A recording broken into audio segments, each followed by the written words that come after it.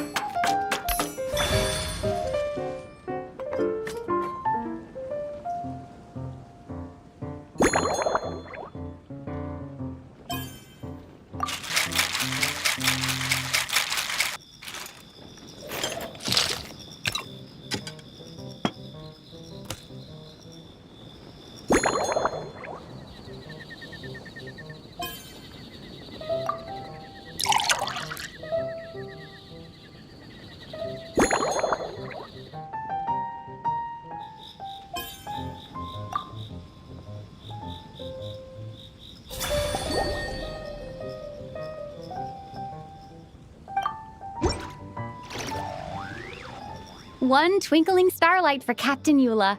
Hope you like it.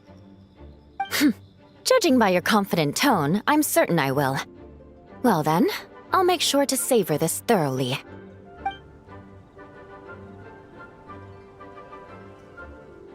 Huh, not bad. Sweet and tingly, with a delightful airiness. The fizzy water really brings it to life. I suddenly feel full of vim and vigor. But just one glass doesn't quite scratch the itch. How about something with a bit more bite? Don't hold back. You don't need to worry about putting me on the floor with nothing but a couple of drinks. Works for me. The first company hasn't assigned me any paperwork for tonight, so I'm free to catch up and try your new creations at my leisure.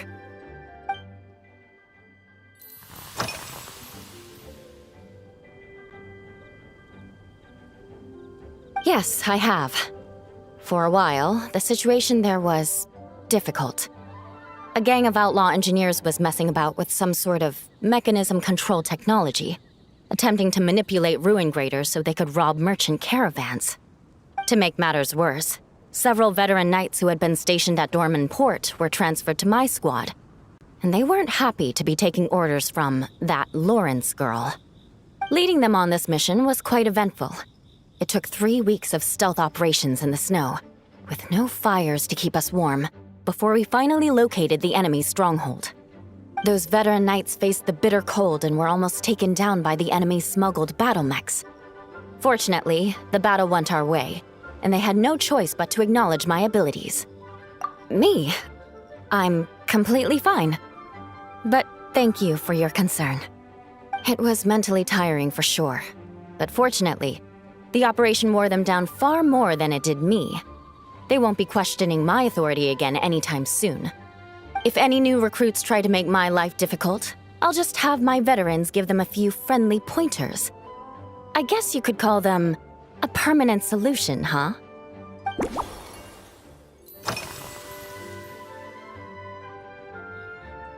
If you want to know what I've been eating recently, I'd better start by mentioning the logistics company's latest revolution.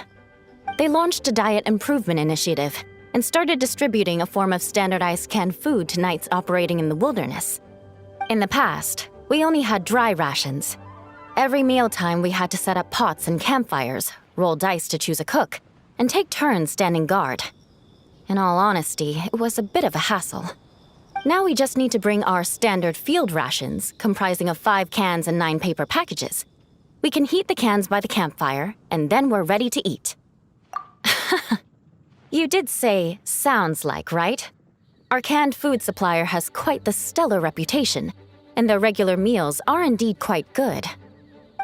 The problem is, in order to meet preservation standards, they have to make their military-grade meals way too salty. The vice captain of the 5th Company, who has a somewhat dry sense of humor, went so far as to say, "This food's bad enough to bring down the wrath of Li Yue's stove god." In any case, after eating it for a week, my taste buds have gone completely numb. You can hardly blame the logistics company. After all, it is hard to please everyone. Our feedback has already been submitted, and they should be working on fixing the issue. Of course, having fresh meals prepared in camp by a dedicated company chef is still the best option.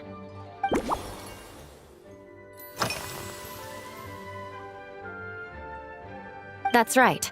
The merchant I got it from called it Romaritime flower fruit extract. It has a very unique smell.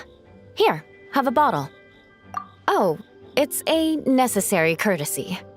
In that book Miss Magistus lent me, The Blade Dancer, 20 Years On, it says, after a duel, a Fontanian swordsman will politely invite their defeated opponents to a banquet. To properly play host to Miss Clorand, I searched for quite some time to locate a rare goods merchant in Dorman Port who sold this juice. I had my doubts at first, too. But Amber said something that makes a lot of sense. She said that even if this custom doesn't really exist, following it still shows I've made an effort to understand Fontaine's cultural heritage. Besides, who doesn't like trying new things, right? When I gave it to her at our post-training banquet, Miss Clorand really did enjoy this juice.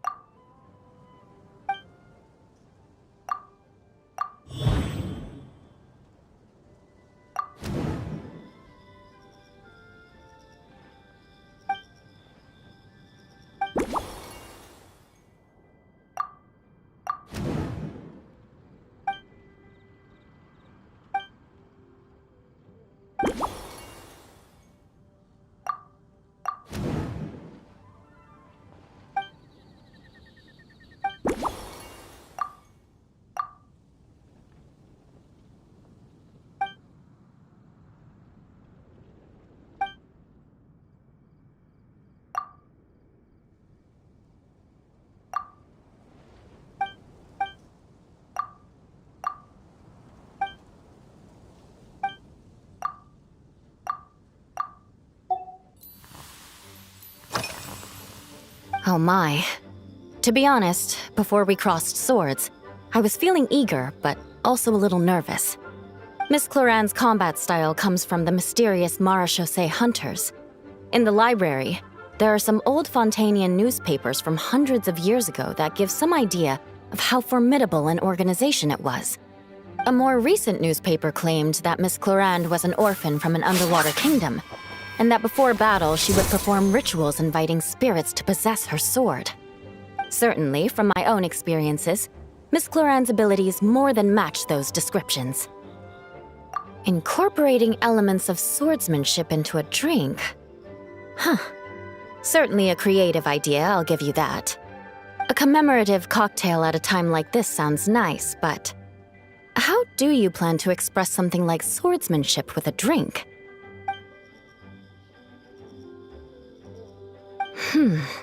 That definitely matches the description I read in that book.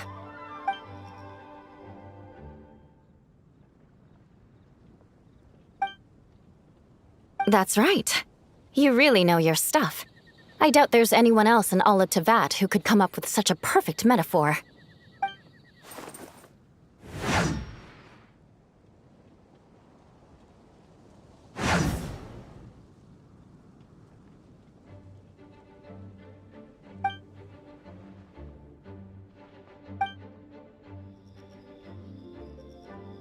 There's no need to make it sound so fancy. It's just an aristocratic variant of Favonius bladework, with a bit of personal flair.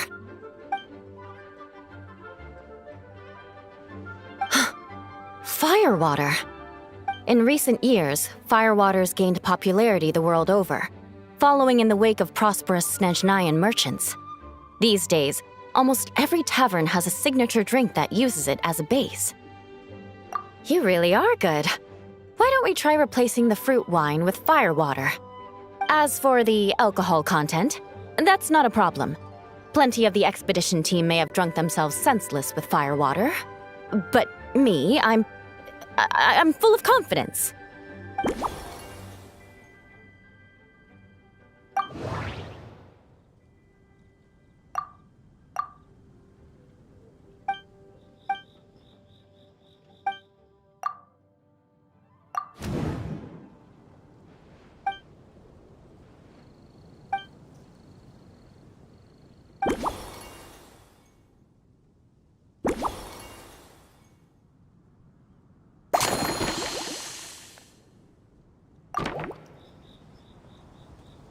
Brilliant! I'm looking forward to seeing how you do.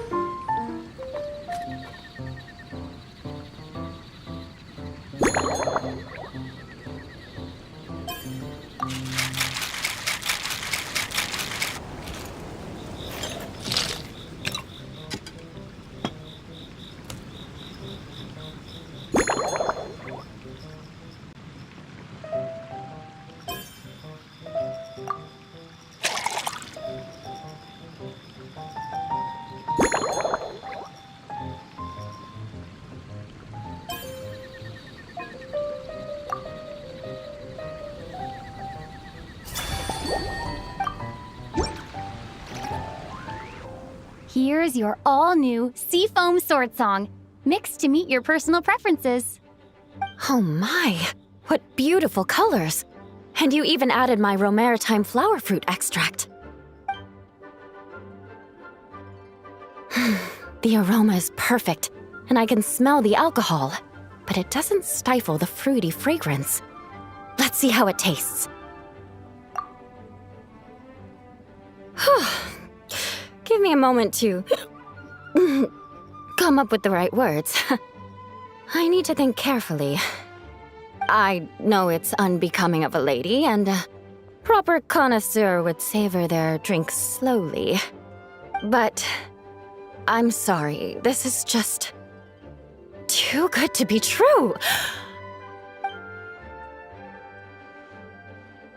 Can you mix me another?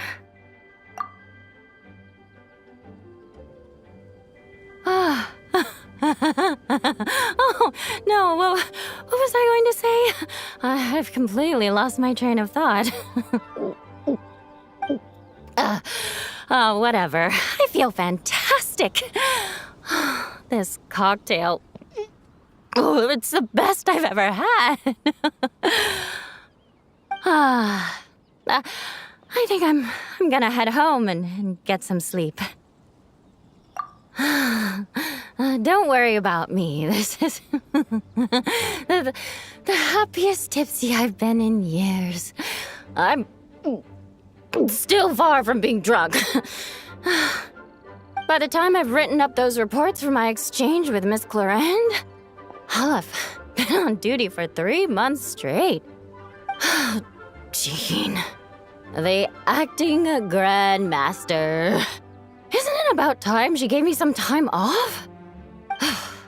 I won't be forgetting this injustice in a hurry. You mark my words.